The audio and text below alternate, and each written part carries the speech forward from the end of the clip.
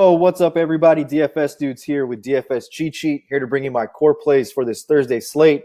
3 games on the docket tonight in the association. We will get to our core plays in just a second.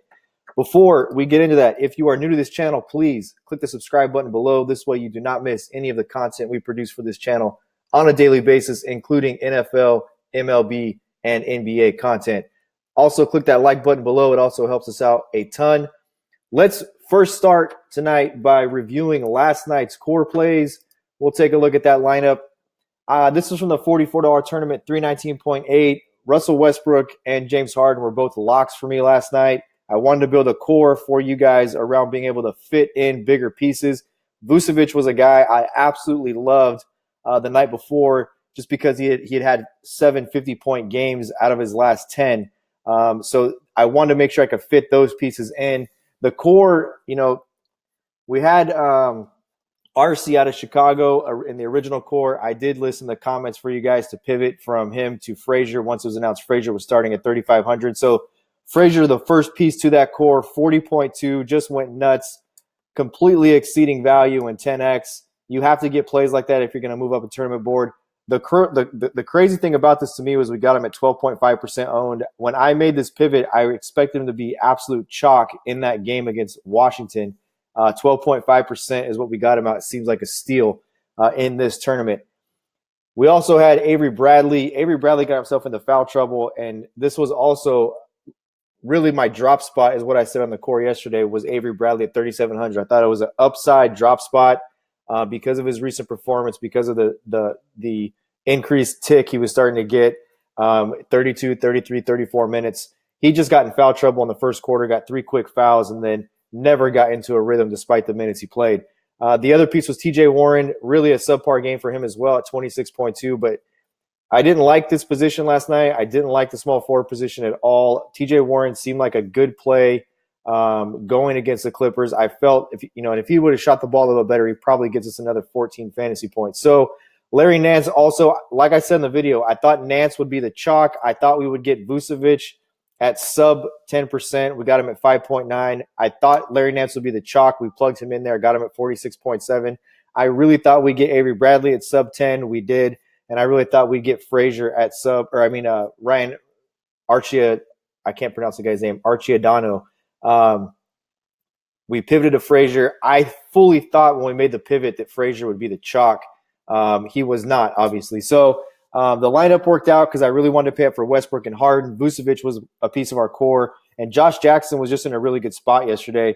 The Clippers, just a side note here, not in my core today, but a guy you can play in the same exact spot that I expect to be extremely valuable tonight and really a lower-owned play for tournaments is Giles in Sacramento. He's one of my favorite plays on this short slate.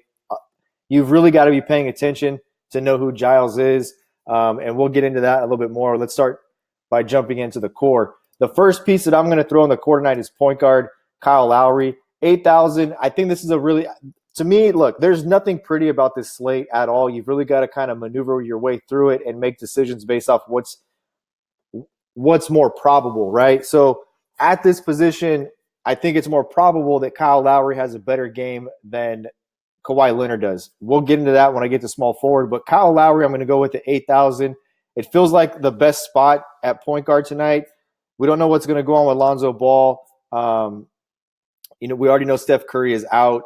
Rajon Rondo, we obviously know, is out. There's a couple of things you can do here too. I mean, Quinn Cook, Collison, I said last night, I don't really want any part of Collison for 6,300 getting 26 minutes and kind of splitting this out with Corey Joseph. I just don't really want any part of it. So when you start to sort through this position, Kyle Lowry feels like the best play for me at 8,000. So that's where we're going to go at Kyle Lowry with the first spot. The second spot, shooting guard. Look, I want to get both these guys in my lineup. I want to get Klay Thompson. I want to get Lou Williams. I think they're clear-cut the 2 best plays here. You can look at Buddy Hield. You can look at Bogdan Bogdanovic. I like both those guys. Danny Green, a great defender. Aaron Holiday. Oladipo's doubtful, so Aaron Holiday could get his 20 minutes that he's seen in games without Victor Oladipo. I just don't really want any part of that situation with Collison, Corey Joseph, and Aaron Holiday. So for me, I want to get Klay Thompson and Lou Williams in my lineup, my my optimized lineup tonight. So I'm going to go with Lou Williams as the core piece. I just think this game could blow out. The Clippers are the number 1 seed. Sacramento is very entertaining. If it does blow out, Williams gets extra tick. If it stays close throughout, then you have to assume that Lou Williams is scoring the basketball. I showed last night when we did the video, the last time they were on a back-to-back, for some reason I can't ever get this to pop up. The last time they were on a back-to-back, he played 22 minutes on the back half of the back-to-back. He played 22 minutes last night. So I expect him fully to be slated for 25 minutes tonight, and 6,200 for me for his recent performance is just too cheap. Small forward position, you have to decide Durant, Leonard, or LeBron. You've got to decide what you're going to do here. Also take note, Brandon Ingram back in the small forward position, no longer listed as a power forward. I love Doug McDermott tonight. I'm not going to put him in my core. I'm going to make a decision for this core at the top 3 spots. Kawhi Leonard seems like he's too expensive for what he's been doing. I don't really like Durant going against Kawhi Leonard. LeBron James, we have no idea what's going to go on with Lonzo Ball. He dudded in his last game against Denver. Rarely does the guy put up back-to-back duds. I think on this slate, just by process of elimination, LeBron James may be the best play at this spot. Gets an uptick in usage without Rajon Rondo. I'm going to go LeBron James here. So power forward, where are we at with that? The safest play for me on this slate, the upside play is Sabonis. I really like Siakam. Siakam in the month of November, 9 out of 14 times he has 32-plus fantasy points on FanDuel. So I love Siakam. I think Siakam gives you a decent floor. However, having said that, I've already told you the guy that I'm really interested in is Giles at 4,100. So that's going to give us a pay-up spot here. I'm going to pay up with Harrell. I just think Harrell's upside is too good against what they've got going on in the front court for Sacramento. Willie Cauley-Stein, Marvin Bagley, they've got all these different guys kind of getting run here. I think Harrell, like he's done in the past against teams who have these athletic centers, he just absolutely feasts and beats these guys up. So I'm going to go Harrell on this spot. Center, not pretty either. You can do a couple of things. We have no idea what Boban Marjanovic is going to do, what Doc Rivers is going to do with this guy, when he's going to play, when he's not going to play. We can kind of guess. They have said against teams that have a real center, Boban will play. Gortat is a game-time decision. We can't make a decision because this game, we probably don't get news before the 5 o'clock lock. So for me, I'm going to load up right here with Miles Turner. Because at 4,600, I have enough left to go do what I want to do. So just to give you some ideas of what to do at this spot, 2 guys I absolutely love that I could plug in here. I love Doug McDermott. Doug McDermott has 20-plus fantasy points in each of his last 2 games, played really well. Power forward spot, I also love Giles. So I'm starting to build this out for you where you can see kind of where I'm going tonight. So I'll let you plug in the rest. You don't have to use McDermott. You don't have to use Giles. But this is really where I'm at with this core tonight. This is a very ugly slate. I absolutely recommend you do not play cash in this slate. You stick to GPPs. This is a perfect example of a slate where you can go get 10 entries into a tournament and just kind of randomly build lineups around a core of guys and kind of just change pieces out in the other spots.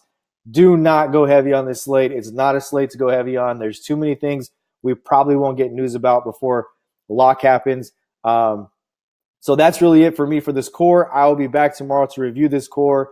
Any questions at all, please put them in the comment section below. We are also running out a promo code, sign up 20, take $20 off your first month on the site. A VIP membership is $59.99 per month. You get it for $39.99 per month. Get that now. You still have an opportunity to get our cash game lineups for DraftKings and FanDuel tonight. If you do that, sign up 20 at checkout. And if you get this video to 25 likes and help us continue to grow this new channel, we will give away 1 free VIP membership to the website for 1 month.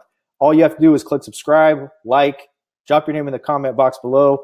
I will be back tomorrow to drop another core on you guys and review this core as well. Until then, peace out, guys.